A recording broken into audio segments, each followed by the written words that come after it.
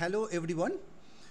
তো আজকের এই ভিডিওতে আমরা গোপ কলেজের সেকেন্ড সেমিস্টারের ইলেকট্রিসিটি বা ম্যাগনেটিজমের কোশ্চেনটাকে নিয়ে আমরা আলোচনা করব।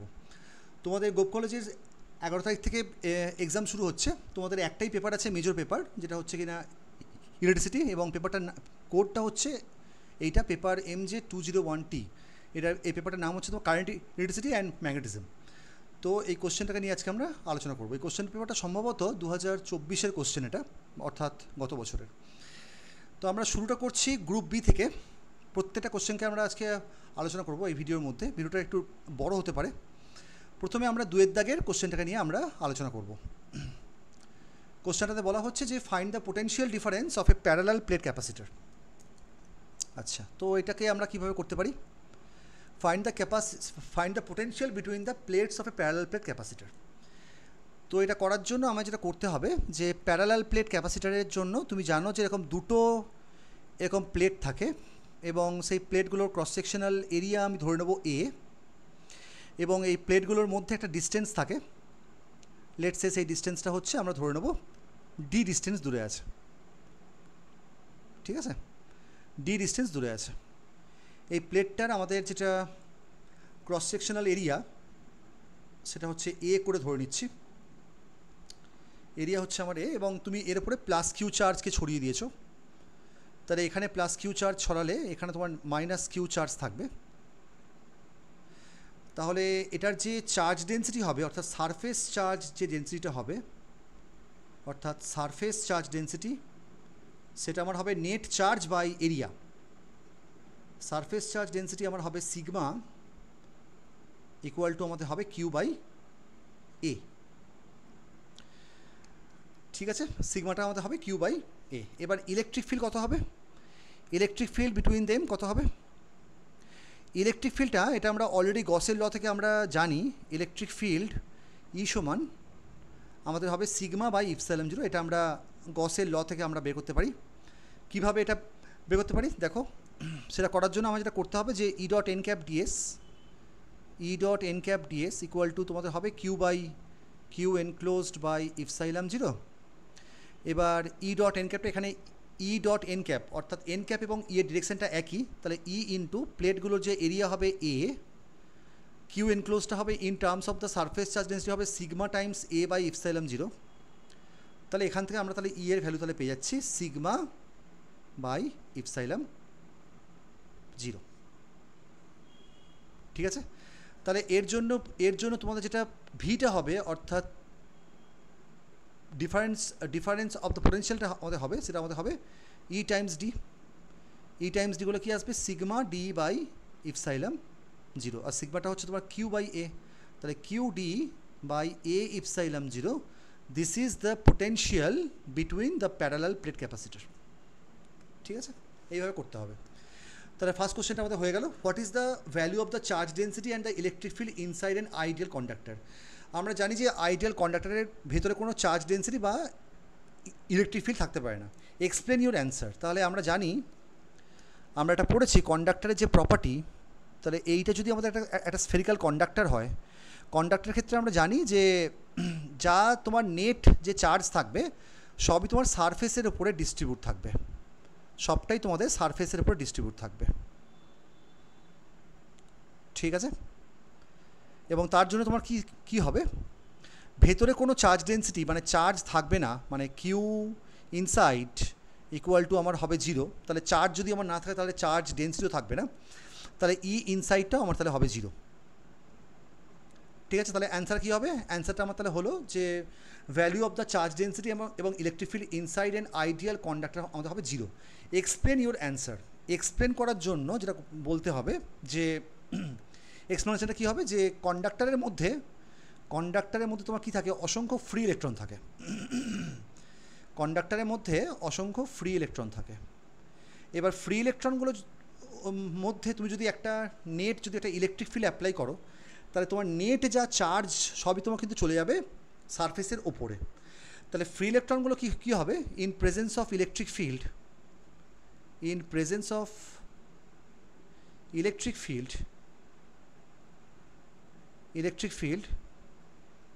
the free electrons move the free electrons move to the surface, তার ফলে কী হবে, তোমার নেট যে চার্জটা কিন্তু তোমাদের কী থাকবে, সারফেসের ওপরে থাকবে। The free moves and accumulate on the surface, তার ফলে কী হবে, কোনো নেট চার্জ আমার ভেতরে থাকবে না অন দ্য সারফেস। ঠিক আছে, সো এটাই হচ্ছে আমাদের এক্সপ্লানেশনটা।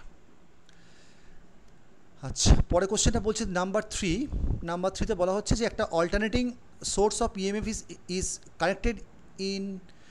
Connected to a circuit having impedance L, resistance R এবং ক্যাপাসিট্যান্স, মানে এলসিআর দেওয়া আছে। Obtain expression for instantaneous current and impedance, also obtain the condition of resonance. তো এই কোশ্চেনটাও আমরা ক্লাসের মধ্যে করিয়েছি। তো এই কোশ্চেনটার অ্যান্সার তাহলে কী হবে, এটা আমি ক্লাসের মধ্যে করিয়েছি, বাট তাও স্টিল আলোচনার জন্য আমরা আরেকবার করব। তাহলে সার্কিটটা হচ্ছে একটা এলসিআর সার্কিট, তুমি এখানে একটা এসি ভোল্টেজ অ্যাপ্লাই করেছো। তাহলে সার্কিটে ফার্স্টে ড্র করতে হবে। এখানে একটা ইম্পিডেন্স আঁকবে যার ভ্যালু হচ্ছে আর, একটা ইন্ডাকটেন্স আঁকবে যার ভ্যালু হচ্ছে এল, এবং একটা ক্যাপাসিটেন্স ড্র করতে হবে। এবং এই সবকটাকে নিয়ে তোমাকে একটা ভোল্টেজ সোর্স, একটা এসি ভোল্টেজ সোর্সের সঙ্গে অ্যাড করতে হবে। অ্যাড করে দিলাম। তাহলে এখানে এল, সরি, তাহলে এই প্রত্যেকটার মধ্য দিয়ে, এবং এখানে ভোল্টেজ সোর্সটা আমি নাম দিচ্ছি, let's say some V equal to V0 e to the power minus J omega T. এরকম টাইপের আমরা একটা এসি ভোল্টেজ সোর্স আমরা নিলাম। তাহলে এর জন্য তাহলে কারেন্ট ফ্লো করবে, কারেন্ট আমাদের হবে আই ফ্লো করবে। তাহলে এর অ্যাক্রসে ভোল্টেজ ড্রপ, এর অ্যাক্রসে ভোল্টেজ ড্রপ এবং এর অ্যাক্রসে ভোল্টেজ ড্রপটা আমার কী হবে, এই অ্যাকর্ডিং টু দ্য কার্চফসের ভোল্টেজ ল, যে সোর্স ভোল্টেজের সঙ্গে সমান হতে হবে। তাহলে আমি বলতে পারি যে আর ইন্টু আই, আইটা হচ্ছে ফাংশন অফ টি, তাহলে R into I plus L times DI by DT plus Q by C, কারণ কিউ বাই সিটা হচ্ছে ক্যাপাসিটেন্সের অ্যাক্রসে voltage drop. So that is equal to net যে ভোল্টেজ অর্থাৎ V0 e to the power minus J omega T. এটা মাইনাসটা বলে তুমি প্লাসও বলতে পারো, একই ব্যাপার, প্লাসই বলো, মাইনাস বলে লাভ নেই, প্লাসই বলো। ঠিক আছে, এইবার দেখো এখানে কিউ আছে, আমাকে এটাকে আই বানাতে হবে। তাহলে কিউটাকে আই বানানোর জন্য আমাকে যেটা করতে হবে, বোথ সাইডে টি এর রেসপেক্টে আমরা ডেরিভেটিভ করবো। তাহলে ডেরিভেটিভ করলে কী আসছে, R times DI by DT plus L d2i by dt2 plus dq by dt মানে i, তাহলে i by c that is equal to J omega V0 e to the power J omega T. এইবার দেখো তাহলে I এর যে সলিউশনটা হবে, যেহেতু তোমার ভোল্টেজটা বা পোটেনশিয়ালটা তোমার একটা এক্সপোনেনশিয়াল জিওমের ফাংশন আছে, তাহলে তোমার আয়ের যে ট্রায়াল সলিউশনটা হবে সেটাও কিন্তু একটা ওই আই নট এক্সপোনেনশিয়াল জিওমেগাটি হবে। তাহলে ট্রায়াল সলিউশন অফ আই, এটা আমার হবে I naught E to the power J omega T. তাহলে ইকুয়েশন নাম্বার 1-এ তোমার যেটা করতে হবে ডিআই বাই ডিটি এবং d2i বাই dt বের করতে হবে। তাহলে ডিআই বাই ডিটি আমার তাহলে কত আসছে, এটা আমার তাহলে চলে আসবে J omega I zero E to the power J omega T, এবং d2i বাই dt কত আসবে, d2i বাই dt2 এটা আমার চলে আসবে minus omega square I zero E to the power J omega T. তাহলে ইকুয়েশন নাম্বার 1-এ যদি বসিয়ে দিই, তাহলে putting all these in equation 1, equation number 1-এ যদি আমি বসিয়ে দিই তাহলে কী আসছে দেখো, আর ডিআই বাই ডিটি অর্থাৎ চলে আসবে এটা J omega R I zero plus আমরা exponential J omega theta last common নিয়ে নেব, plus L d2i by dt2, তাহলে কী আসবে minus omega square L I zero, এটা চলে আসবে minus omega square L I zero plus I by C অর্থাৎ আই নট বাই সি, ব্র্যাকেটের সবার বাইরে কমন থাকবে এক্সপোনেনশিয়াল জি ওমেগা টি, এবং এটা মানেই হচ্ছে তোমার J omega V0 e to the power J omega T. E to the power J omega T. তাহলে বোথ সাইডে আমাদের এক্সপোনেনশিয়াল জে ওমেগা টি আমাদের ক্যান্সেল আউট হয়ে যাচ্ছে। তাহলে এখান থেকে আমাদের আই নট কমন চলে যাচ্ছে, which is the instantaneous current. তাহলে আই নটটা আমাদের কমন চলে যাচ্ছে, আই নট কমন নিলে থাকছে J omega R minus omega square L plus 1/c সমান পড়ে থাকবে আমাদের জে ওমেগা ভি জিরো। তাহলে এখান থেকে যেটা আমরা পাবো I not that is equal to চলে আসবে J omega V zero divided by J omega R minus omega square L plus 1/c।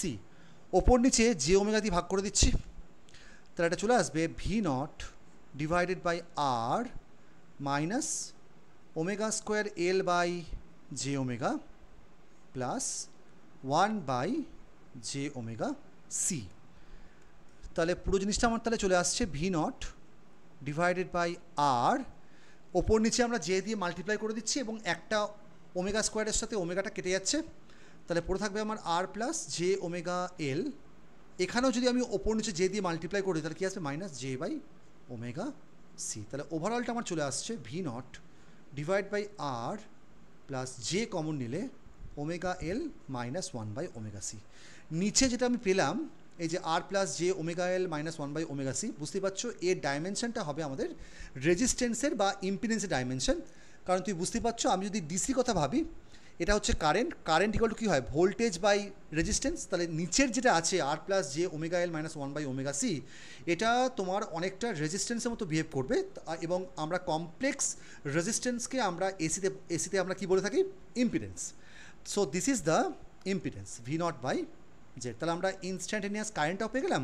So Z is called the impedance, Z is called the impedance. সেই ইম্পিডেন্সটা হচ্ছে nothing but একটা complex resistance, অর্থাৎ তার মধ্যে একটা রিয়েল পার্ট থাকবে এবং তার মধ্যে একটা ইমাজিনারি পার্টও থাকবে, J times omega L minus 1/ওমেগা সি। তাহলে আমি যদি এই কমপ্লেক্স নাম্বারটা যদি মড নিই অর্থাৎ মড জেড, তাহলে কী আসবে এটা আমাদের চলে আসবে root under R square plus omega L minus 1/ওমেগা সি তার স্কোয়ার। যেভাবে একটা complex number Z equal to যদি এ প্লাস আইবি থাকে তাহলে তার যে মডটা হয় রুট আন্ডার এ স্কোয়ার প্লাস বি স্কোয়ার। তাহলে সেমভাবে আমরা কিন্তু এটাও বলতে পারি। ঠিক আছে, তাহলে কারেন্টের যে মডটা হবে, কারেন্টের যে মড ভ্যালু আসবে ইনস্ট্যান্টেনিয়াস কারেন্ট, ওটা আমার হবে root under V naught divided by square root of R square plus omega L minus 1/ওমেগা সি তার আবার হোল স্কোয়ার। সো আমাদের কোশ্চেনটাতে তাই বলা হয়েছিল, এটা আমরা বের করতে পারলাম। তার সাথে আর একটা কোশ্চেন দিয়েছে also obtain the condition of resonance. Resonance condition কথাটা মানেটা হলো, তাহলে এবার আমরা করবো যে রেজোনেন্স কন্ডিশনটাকে আমরা বের করব। তো রেজোনেন্স কন্ডিশনটা হচ্ছে তখন, তাহলে রেজোনেন্স কন্ডিশনটা হচ্ছে তখনই আসবে যখন সার্কিটটা আমাদের হবে পিওরলি রেজিস্টিভ, অর্থাৎ ম্যাক্সিমাম রেজোনেন্স কন্ডিশনে আমরা জানি যে আমরা ম্যাক্সিমাম কারেন্ট পাই, আমরা ম্যাক্সিমাম কারেন্ট কন্ডিশনটাকেই আমরা বলতে পারি রেজোনেন্স কন্ডিশন। তাহলে ম্যাক্সিমাম কারেন্ট যদি কন্ডিশনটা হতে হয় তাহলে তখন মিনিমাম হতে হবে ইম্পিডেন্স, এবং সেই মিনিমাম ইম্পিডেন্সটা আমার তখনই হওয়াটা সম্ভব যখন কিনা নিচেরটা ওই যে ডিনোমিনেটরটা হবে লিস্ট। তাহলে জেড মিনিমামটা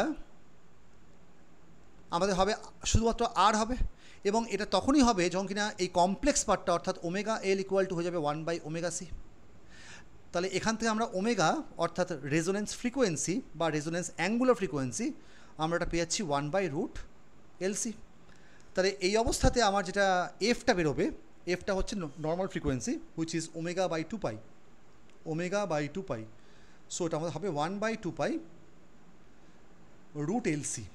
তাহলে এই কন্ডিশনটাকে আমরা রেজোনেন্স কন্ডিশন বলতে পারি যখন কিনা ওমেগা এলটা ওই কমপ্লেক্স ইম্পিডেন্স পার্টটা, কমপ্লেক্স পার্ট অফ দ্য ইম্পিডেন্সটা আমার হয়ে যাবে 0, এবং সেটা 0 কখন হবে যখন কিনা ওমেগা এলটা হবে 1/ওমেগা সি। অর্থাৎ ওই অবস্থাতে আমরা ম্যাক্সিমাম কারেন্ট পাবো, অর্থাৎ মিনিমাম আমরা জেড পাবো। জেডটা মিনিমাম আমার তখনই হতে পারে যখন ওমেগা এলটা 1/ওমেগা সির সঙ্গে সমান হয়ে যাবে। বুঝতে পারলে? তাহলে এই কোশ্চেনটা আমরা তাহলে করতে পারলাম। আচ্ছা, এবার 4 দাগে কোশ্চেনটা আমরা করব। 4 দাগে কোশ্চেনটা ক্লাসের মধ্যে আমাদের করানো যে শো দ্যাট, এই কোশ্চেনটা দেখো কী বলছে। চারিদা কোশ্চেনটা বলছে যে show that the electric dipole moment of N charge distribution is independent of the choice of the origin if the total charge of the distribution is 0. তাহলে আমরা এখানে অ্যাজিউম করতে পারি যে তুমি একটা ছবি আঁকবে, লেটস সে এরকম একটা তুমি ছবি আঁকলে, ঠিক আছে? ধরো তুমি আজকে এখানে একটা চার্জ ডিস্ট্রিবিউশন তুমি নিয়েছিলে, লেটস সে তুমি এটা অরিজিনে নিয়েছিলে। ধরো এই অরিজিনে তোমার কাছে একটা চার্জ ডিস্ট্রিবিউশন ছিল, ঠিক আছে? এবং এই চার্জ ডিস্ট্রিবিউশনটাকে তুমি ধরো লেটস সে এ পরিমাণ শিফট করে এখানে পাঠিয়ে দিয়েছো। তাহলে অ্যাকর্ডিং টু দ্য কোয়েশ্চেন যেটা বলা হচ্ছে, যেটা এখানে জানতে চাওয়া হয়েছে সেটা হচ্ছে যে so that the electric dipole moment of the charge distribution, অর্থাৎ এই চার্জ ডিস্ট্রিবিউশনটা হচ্ছে independent of the choice of the origin. অর্থাৎ তুমি যদি অরিজিনটাকে শিফট করে তুমি যদি এ পরিমাণ শিফটও করে দাও, তাহলেও আমার যে ওই ডাইপোল মোমেন্টটা আমাদের আনচেঞ্জ থাকবে, ঠিক আছে? Provided the total charge of the distribution is 0। তাহলে দেখো, তাহলে প্রথম কথা হচ্ছে লেটস সে আমি একটা চার্জ ডিস্ট্রিবিউশন ধরলাম rho, which depends on R prime. তাহলে আমাকে যদি মানে বলে যে total charge of the distribution is 0, তাহলে কী হবে? ইন্টিগ্রেশন রো আর ডিভি, এটা হবে 0, এটা হবে আমাদের নেট চার্জ কিউ সমান 0। এবার ডাইপোল মোমেন্ট কী হবে? ডাইপোল মোমেন্ট আমাদের হবে পি সমান, এটা আমাদের হবে আর প্রাইম, এটা হচ্ছে for the continuous charge distribution আমরা পাই পি সমান আর প্রাইম রো আর প্রাইম ডিভি প্রাইম, এগুলো সব প্রাইমে আসবে, ডিভি প্রাইম। এইটা হচ্ছে আমাদের dipole moment for the continuous charge distribution. এবার তুমি যদি ওইটাকে যদি এ পরিমাণ শিফট করে দাও, তাহলে এ পরিমাণ শিফট করলে আর প্রাইমটা আমার হয়ে যাবে আর প্রাইম মাইনাস এ, এবং থাকবে রো আর প্রাইম ডিভি প্রাইম। সো এটা মানেই হচ্ছে আর প্রাইম রো আর প্রাইম ডিভি প্রাইম।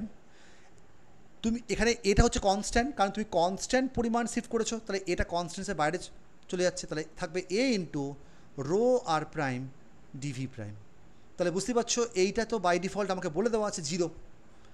তাহলে এইটা যদি আমাদের 0 হয়ে যায়, তাহলে দেখো আমার শুরুতে তুমি যে এক্সপ্রেশনটাকে নিয়ে শুরু করেছিলে, তোমার ফাইনাল এক্সপ্রেশনটাও কিন্তু আমার তাই হলো, যদিও তুমি সেই চার্জ ডিস্ট্রিবিউশনকে এ পরিমাণ শিফট করেছো। তাহলে এ পরিমাণ শিফট করলেও আমাদের যে নেট যে ডাইপোল মোমেন্টটা আমাদের একই থাকবে, ঠিক আছে? আমরা প্রুফটা করতে পারলাম। আচ্ছা, এই ছবিটা তোমরা একটু ভালো করে আঁকবে। এই ছবিটা তোমরা গ্রিফিথসের বইতে পেয়ে যাবে। গ্রিফিথসের যে ডাইপোল মোমেন্টের যে চ্যাপ্টারটা আছে বা মাল্টিপল এক্সপানশন, সেই গ্রিফিথসের বইতে এই ছবিটা খুব সুন্দর করে আঁকা আছে, একবার দেখে নেবে কেমন। এবং ওই ছবিটা কিন্তু আঁকবে, এইভাবে কিন্তু ছবিটা কিন্তু আঁকলে হবে না, ওকে? আচ্ছা, বেশ, তাহলে এই কোশ্চেনটা হয়ে গেল। চারের থেকে বিয়েরটা বলছে যে D equal to epsilon 0 E plus P all the terms have conventional meaning. এটা আমাকে প্রুফ করতে বলেছে। তো এই প্রুফটাও তো ক্লাসের মধ্যে আমাদের করানো অঙ্ক। এটা আমরা ডাইইলেকট্রিক চ্যাপ্টারে আমরা অলরেডি করেছিলাম। তো এই প্রুফটাতে কি বলা হচ্ছে যে D equal to epsilon not E plus P, এটা প্রুফ করতে বলেছে। তো এটা করার জন্য আমি যেটা করেছিলাম সেটা হচ্ছে, তোমাদের মনে আছে নিশ্চয়ই, যে রো অর্থাৎ চার্জ ডেন্সিটিকে আমরা লিখতে পারি দুটো চার্জ ডেন্সিটির সাম। একটা হচ্ছে বাউন্ড চার্জ ডেন্সিটি এবং একটা হচ্ছে ভলিউম চার্জ ডেন্সিটি। একটা হচ্ছে বাউন্ড চার্জ ডেন্সিটি, একটা হচ্ছে free charge density, rho B plus rho F, ঠিক আছে? এখন রোকে আমরা ফ্রম দ্য গাউসেস লয় যে ডিফারেন্সিয়াল ফর্মটা আছে সেখান থেকে আমি লিখতে পারি ডেল ডট ই সমান রো বাই ইপসাইলাম 0। তাহলে এখান থেকে আমরা রোকে সাবস্টিটিউট করতে পারি ইপসাইলাম 0 ডেল ডট ই। ইপসাইলাম 0কে যদি আমরা গ্রেডিয়েন্টের মধ্যে নিয়ে নিই, তাহলে চলে আসবে del dot epsilon not E. এবং আমরা ডাইইলেকট্রিক চ্যাপ্টারে এটাও পড়েছি যে bound volume charge density, this is nothing but the del dot P, অর্থাৎ ডাইভারজেন্স অফ দ্য পোলারাইজেশন। পিটা কি? পিটা হচ্ছে পোলারাইজেশন ভেক্টর। এই প্রত্যেকটা টার্ম কিন্তু সুন্দর করে লিখবে। সো এখানে লিখবে যে rho B is the volume bound charge density, volume bound charge density এবং পিটা হচ্ছে আমাদের পোলারাইজেশন ভেক্টর, পিটা হচ্ছে আমাদের পোলারাইজেশন ভেক্টর। এই প্রত্যেকটা টার্ম কিন্তু লিখতে হবে, হ্যাঁ, পোলারাইজেশন ভেক্টর। তাহলে আমরা যদি সাবস্টিটিউট করে দিই ইকুয়েশন নাম্বার 1-এতে, রোয়ের জায়গাতে epsilon del dot epsilon 0 E, তাহলে চলে আসছে del dot epsilon 0 E, rho beta হচ্ছে minus del dot P plus rho of F. তাহলে আমরা এখান থেকে পেয়ে যাচ্ছি ডেল ডট কমন নিলে epsilon 0 E plus P, epsilon 0 E plus P সমান হচ্ছে আমাদের রো এফ। আমাকে কি প্রুফ করতে দিয়েছে? আমাকে প্রুফ করতে দিয়েছে যে ডি সমান ইপসাইলাম 0 E প্লাস পি। এবার এই জিনিসটাই হচ্ছে আমরা লিখতে পারি ডেল ডট ডি সমান, আমি তাহলে লিখতে পারি রো এফ। তাহলে আমরা এখান থেকে পেয়ে গেলাম যে ডেল ডট ডিটা হচ্ছে ডিসপ্লেসমেন্ট কারেন্ট, ডিটা হচ্ছে আমাদের ডিসপ্লেসমেন্ট কারেন্ট, এই সরি ভেক্টর, ডিসপ্লেসমেন্ট ভেক্টর যার ভ্যালু হচ্ছে ইপসাইলাম 0 E প্লাস পি। ঠিক আছে, তাহলে কিন্তু এইভাবে কিন্তু আমরা প্রুফটা করতে পারি। ওকে, তাহলে এইভাবে কিন্তু আমাকে প্রুফটা কিন্তু করতে হবে। ঠিক আছে, আচ্ছা নেক্সট। আচ্ছা এই কোশ্চেনটা তো আচ্ছা আমাদের এই পেজে আর একটা কোশ্চেনই বাকি আছে, তাহলে এই কোশ্চেনটা করে দিচ্ছি। এটা একটা শর্ট কোশ্চেন যদিও। এই কোশ্চেনটাতে বলা হচ্ছে যে শো দ্যাট, দেখো তাহলে এই কোশ্চেনটাতে কী বলা হচ্ছে? এই কোশ্চেনটাতে বলা হচ্ছে যে show that Faraday's law of induction is equivalent to the equation curl of is of minus del B by del T. এটাও খুব সহজই আছে, কারণ আমরা ইলেকট্রোম্যাগনেটিক ইন্ডাকশন চ্যাপ্টারে পড়েছিলাম যে যখন তোমার কোনো একটা ফ্লাক্স চেঞ্জ হয়, কোনো একটা কয়েলের মধ্যে যখন ফ্লাক্স চেঞ্জ হয় তখন একটা ইএমএফ ইনডিউসড হয়, এবং সেই ইএমএফ ইনডিউসডটা অ্যাকর্ডিং টু দ্য লেঞ্জের ল এমন ডিরেকশনে হয় যেন যে কারণের জন্য মানে আমাদের ফ্লাক্সটা চেঞ্জ হচ্ছে সেই ফ্লাক্স চেঞ্জকেও বাধা দেবে। তাহলে তোমার ইপসাইলাম ইকুয়াল টু যে ইনডিউসড ইএমএফ, ইনডিউসড যে ছিল তোমাদের ইএমএফ, এইটা হচ্ছে nothing but minus of D phi by DT. ফাইটা হচ্ছে ফ্লাক্স অ্যাসোসিয়েটেড বা flux linked with the coil. এবার ফাইকে আমরা কীভাবে লিখতে পারি? এখানে ডিডিটি বা ডেল এলটি একই ব্যাপার, তো সো ডেল এলটিও তুমি লিখতে পারো। ফাইটা হচ্ছে নাথিং বাট ম্যাগনেটিক ফ্লাক্সকে আমরা লিখতে পারি কীভাবে? না B dot N cap DS বলে। ঠিক আছে, আর ইপসাইলনটা হচ্ছে ইনডিউসড ইএমএফ, একে আমরা লিখতে পারি ইন্টিগ্রেশন ই ডট ডিএল, অর্থাৎ ইলেকট্রিক ফিল্ডকে লাইন ইন্টিগ্রাল করলে আমরা ইনডিউসড ইএমএফ পেতে পারি। ঠিক আছে, এবার দেখো এ পাশে সারফেস ইন্টিগ্রাল, এ পাশে লাইন ইন্টিগ্রাল, তাহলে আমরা ইকুয়েশনের বাঁ দিকটাতেও আমরা কিন্তু সারফেস ইন্টিগ্রাল নিয়ে আসবো, which is curl of E dot N cap DS, so that is equal to minus of del B by del T in cap DS. তাহলে আমরা এখান থেকে বলতে পারি যে curl of E that is equal to minus del B by del T. ঠিক আছে, তো ছোট্ট একটা 3 লাইনের প্রমাণ, এটা করা যেতে পারে। তাহলে এই পেজে সবকটা কোশ্চেন আমার তাহলে হয়ে গেল। এবার চলেছ নেক্সট পেজেতে। Find the electric field due to a uniformly charge sphere at any point P inside the sphere, on the sphere and outside the sphere. এটা তো ভেরি ফেমাস প্রবলেম, এটাও ক্লাসের মধ্যে আমাদের করানো আছে। এই পুরো কোশ্চেনটাকে আমি কপি করছি। এই কোশ্চেনগুলো সবকটা কিন্তু ক্লাসের মধ্যে করানো আছে, বুঝতে পেরেছো? বাট আমরা কিন্তু ডিসকাশনটা করার জন্য আবার করে আমরা করছি। একটা ইউনিফর্মলি চার্জ স্ফিয়ারের জন্য ইলেকট্রিক ফিল্ডটা বের করতে বলা হয়েছে। তাহলে তার জন্য আমরা একটা স্ফিয়ার ড্র করব। একটা চার্জ স্ফিয়ার আছে, এই চার্জ স্ফিয়ারে কিন্তু যে চার্জ ডিস্ট্রিবিউশনটা কিন্তু ভলিউম চার্জ ডিস্ট্রিবিউশন। ঠিক আছে, অর্থাৎ তুমি এখন প্লাস কিউ দেখাচ্ছ বটে, কিন্তু এই চার্জ কিন্তু গোটা ভলিউমের মধ্যে আছে, বুঝতে পেরেছো? মানে গোটা ভলিউম জুড়ে কিন্তু এই চার্জটা কিন্তু ডিস্ট্রিবিউটেড রয়েছে। ঠিক আছে, তাহলে কিউ যদি আমরা ধরে নিই Q is the total charge, Q যদি আমাদের হয় টোটাল চার্জ, তাহলে চার্জ ডেন্সিটি আমি ধরে নিচ্ছি যে এটার রেডিয়াসটা হচ্ছে ক্যাপিটাল আর, তাহলে রোটা আমার হবে ভলিউম চার্জ ডেন্সিটি, রোটা আমার হবে ভলিউম চার্জ ডেন্সিটি। সো ওইটা আমার চলে আসবে Q divided by 4/3 pi capital R cube হয়ে গেল।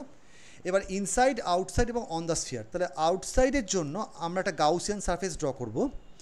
তাহলে আউটসাইডের জন্য, আউটসাইড মানে কেমন টাইপের হবে গাউসিয়ান সারফেসটা? মানে গাউসিয়ান সারফেসটা যেটা হবে ওটা ওর থেকে বড় হবে। অর্থাৎ এই যদি আমাদের স্ফিয়ারটা হয়, একটু ছোটো করে আমি আঁকছি, এটা যদি ক্যাপিটাল আর হয় তাহলে আউটসাইডের জন্য আমি ধরবো যে গাউসিয়ান সারফেসটা হচ্ছে এখানে আছে, এই পয়েন্টে আমরা ফিল্ডটাকে বের করছি। তাহলে গাউসিয়ান সারফেস কতটা মানেটা কি, যে পয়েন্টে আমরা ফিল্ডটাকে বের করছি ওটাকে সেন্টার থেকে ওটাকে রেডিয়াস ভেবে আমরা একটা বড় একটা সারফেস ড্র করব। তাহলে এইটা হচ্ছে, এই ডটেরটা হচ্ছে আমাদের গাউসিয়ান সারফেস আউটসাইড পয়েন্টের জন্য। ঠিক আছে, এটা হচ্ছে স্মল আর।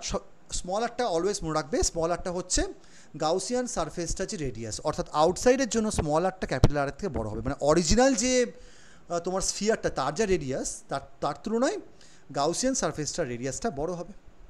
তাহলে এখন প্রশ্নটা হচ্ছে যে এখন এই যে গাউসিয়ান সারফেসটা, so this is my Gaussian surface.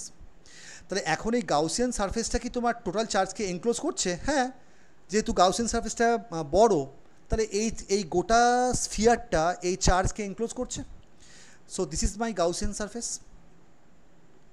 তাহলে এই যে আমরা এবারে অ্যাপ্লাই করব E dot N cap DS, E dot N cap DS, অর্থাৎ আমরা ইন্টিগ্রেশনটা করছি over the Gaussian surface, that is equal to Q enclosed by epsilon zero. এখন কিউ এনক্লোজটাই হচ্ছে তোমার কিউ বাই ইপসাইলন জিরো। এবার ইটা হচ্ছে সব কটা পয়েন্টে কনস্ট্যান্ট এবং ইটা হচ্ছে আর ক্যাপ বরাবর। তাহলে ইটা যেহেতু তোমার আর ক্যাপ বরাবর, অলওয়েজ আমাকে মনে রাখতে হবে ইটা হবে আর ক্যাপ বরাবর, এবং একটা স্ফিয়ারের জন্য এন ক্যাপটা তোমাদের হয় আর ক্যাপ বরাবর। তাহলে ই আর ক্যাপ ডট আর ক্যাপ কী আসবে? ই আসবে। তাই এটা মানেই হচ্ছে তোমার ই আর ক্যাপ ডট আর ক্যাপ ইন্টিগ্রেশন ডিএস এর উপরে হবে কিউ বাই ইপসাইলন জিরো। তাহলে এটাকে আমি বলতে পারি ই আউটসাইড, ই আউট বললাম। তাহলে ই আউট আর গাউসিয়ান সারফেসটার যে তোমার এরিয়া হবে ওটা আমাদের হবে 4 পাই আর স্কোয়ার, স্মল আর স্কোয়ার হবে। স্মল আর এবং ক্যাপিটাল আর এর মধ্যে কিন্তু গোলাবে না, আমরা যে ইন্টিগ্রেশনটা করছি কিন্তু ওভার দ্য গাউসিয়ান সারফেস করছি, এবং যে সারফেসটা কিন্তু রেডিয়াসটা হচ্ছে স্মল আর। ওকে, তাহলে আউটসাইডের জন্য আমি তাহলে পেয়ে যাচ্ছি E out is equals to 1/4 pi epsilon zero Q by R square. তাহলে ই আউটটা তোমার যে মুহূর্তে বেরিয়ে গেল, তাহলে তোমার ই অন দ্য সারফেসের জন্য, ফর অন দ্য সারফেস, তাহলে অন দ্য সারফেসের জন্য গাউসিয়ান সারফেসটা হচ্ছে ওই স্ফিয়ারটা ইটসেলফ। তাহলে অন দ্য সারফেসের জন্য স্মল আরটাই হবে ক্যাপিটাল আর। তাই তখন তোমার ই অন দ্য সারফেস আমার তাহলে হয়ে যাবে 1/4 pi epsilon zero Q by capital R square. In both cases, আউটসাইডের জন্য এবং ইনসাইডের জন্য এটা আর ক্যাপ বরাবর হবে। এই আর ক্যাপটা কিন্তু দিতে ভুলবে না, কারণ ইলেকট্রিক ফিল্ড কিন্তু হচ্ছে একটা ভেক্টর কোয়ান্টিটি, হ্যাঁ, তা কিন্তু ম্যাগনিটিউড এবং ডিরেকশন কিন্তু বোথ রয়েছে। ইনসাইডের জন্য আমাকে যেটা করতে হবে, আমাদের যে গাউসিয়ান সারফেসটা হবে, এবার আমরা ইনসাইডের জন্য আমরা করছি। দেখো তাহলে এবার ইনসাইডের জন্য কী হবে, ইনসাইডের জন্য অবভিয়াসলি তোমার যে গাউসিয়ান সারফেসটা আমি ড্র করবো ওটা ডেফিনেটলি তোমার সমস্ত চার্জটাকে এনক্লোজ করবে না। তার কারণটা হচ্ছে, দেখো এইটা হচ্ছে আমাদের গাউসিয়ান, এটা হচ্ছে আমাদের স্ফিয়ারটা। এবার ইনসাইডে কোনো একটা পয়েন্টে বলেছে, তাহলে আমরা এই পয়েন্টে বের করছি, তাহলে একে কেন্দ্র করে আমরা একটা ডটেড লাইন দিয়ে আমরা একটা সারফেস ড্র করলাম। সো এখন দেখো এই ছোট্ট যেটা সার্কেলটা আমি ড্র করলাম বা স্ফিয়ারটা আমি ড্র করলাম, ও কিন্তু গোটা চার্জ কিন্তু এনক্লোজ করছে না, তার একটা ফ্র্যাকশন করছে। তাহলে তার জন্য আমার যেটা করতে হবে কিউ এনক্লোজটা বের করতে হবে। এবার কিউ এনক্লোজটা বের করাটা তো খুবই সিম্পল। কিউ এনক্লোজটা হচ্ছে, যেহেতু আমি বললাম যে এটা যেহেতু এখানে ইউনিফর্মলি চার্জটা ডিস্ট্রিবিউশন করা আছে, তাহলে কিউ এনক্লোজ তাহলে কী হবে, volume charge density multiplied by ওই গাউসিয়ান স্ফিয়ারটার যে ভলিউম। গাউসিয়ান স্ফিয়ারটা ভলিউম কত, 4/3 pi R cube, 4/3 pi small R cube. রোটা আমরা অলরেডি জেনে বসে আছি, which is Q divided by 4/3 pi capital R cube multiplied by 4/3 pi small R cube. So এটা মানেই হচ্ছে আমার দাঁড়াচ্ছে Q times R cube by capital R cube. তাহলে আমরা যদি এবার বসিয়ে দিই আমাদের গসের ডাইভারজেন্স গসের যে থিওরেমে, E dot N cap DS is equals to Q enclosed divide by epsilon not. তাহলে এখানে চলে আসছে ই, গাউসিয়ান সারফেসটার যে এরিয়া ওটা হচ্ছে 4πr², 4πr², কিউ এনক্লোজটা হচ্ছে QR³ বাই R³ ইপসাইলাম নট। তাহলে এখান থেকে তাহলে আমার ই ইনসাইড, তাহলে এখান থেকে আমাদের ই ইনসাইড আমার তাহলে বেরিয়ে আসছে 1/4πε0 QR by R³। So this is the electric field inside the sphere.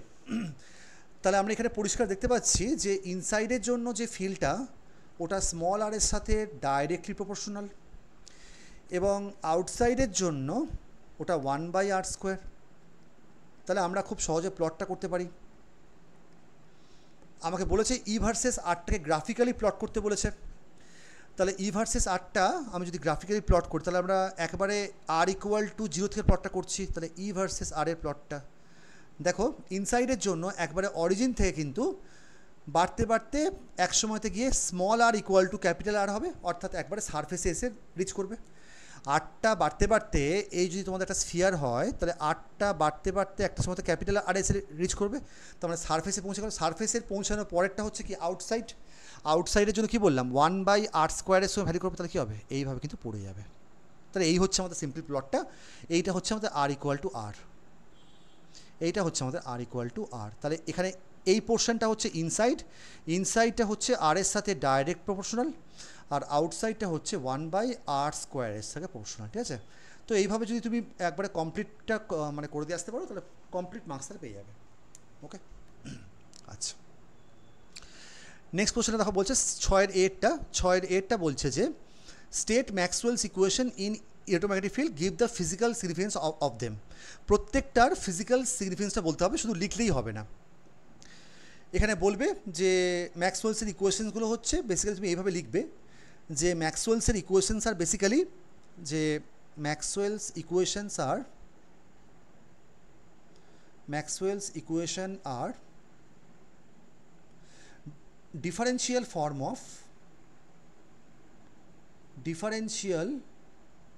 form of electric and magnetic field,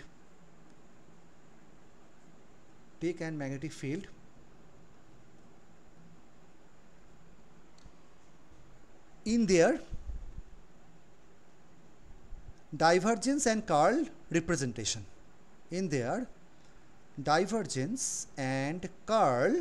representation, অর্থাৎ ডিফারেন্সিয়াল ফর্ম শুধু বলছি না, তার ডাইভারজেন্স এবং কার্ল রিপ্রেজেন্টেশন সেটাও কিন্তু আমি মেনশন করে দিচ্ছি। এবার প্রত্যেকটা তোমাকে শুধু লিখলে হবে না, ফিজিক্যাল সিগনিফিকেন্সটা বলতে হবে। অর্থাৎ লিখবে যে the four fundamental Maxwell's equations are